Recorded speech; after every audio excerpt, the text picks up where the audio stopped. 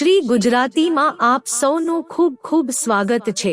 એકલતા સ્વાસ્થ્ય માટે ભયાનક રીતે ખરાબ, દર કલાકે મોતનો આંકડો ચોંકાવનારો।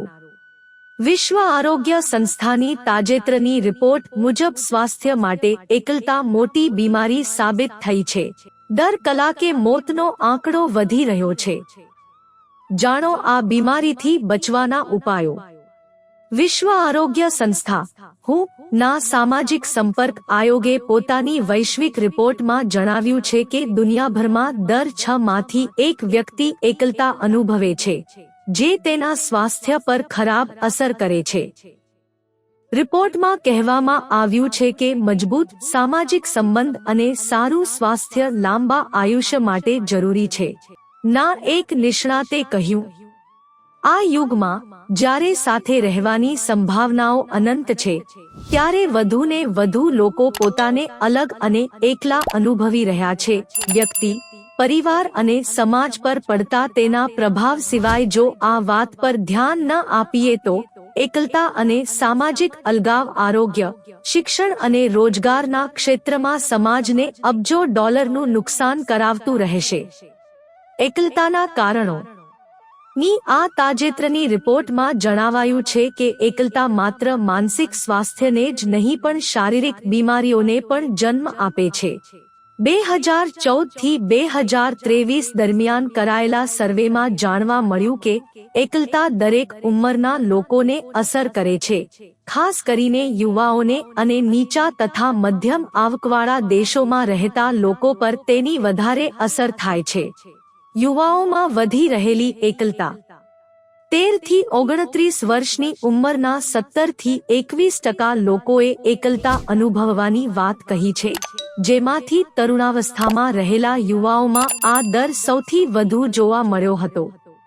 નીચી આવક ધરાવતા દેશોમાં લગભગ 24% લોકોએ એકલતા અનુભવી હોવાનું કહ્યું, જે ઊંચી આવક ધરાવતા દેશોની તુલનામાં 2 ગણો વધારે આંકડો છે। ડિજિટલ યુગમાં વધતી એકલતા।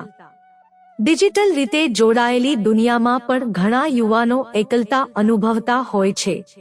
ટેકનોલોજી જીવનને નવી દિશા આપી રહી છે, પરંતુ એ માનવીય સંબંધોને મજબૂત કરે તે જરૂરી છે।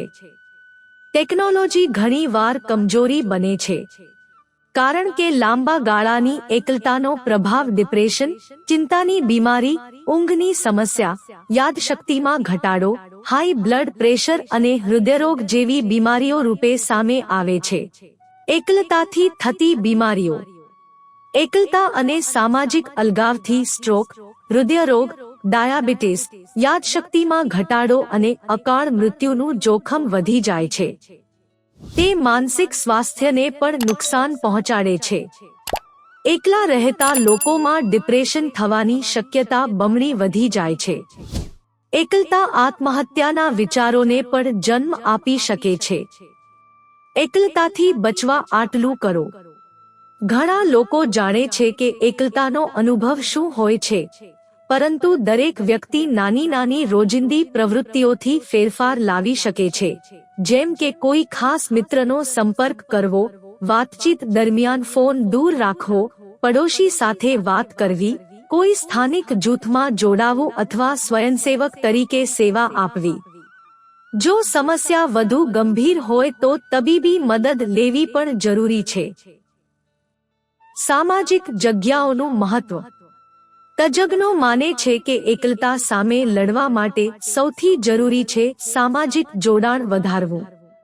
તેના માટે સમાજના પાર્ક, શાળાઓ, લાઇબ્રેરી, ક્લબ, ધાર્મિક સ્થળો મહત્વપૂર્ણ ભૂમિકા ભજવી શકે છે।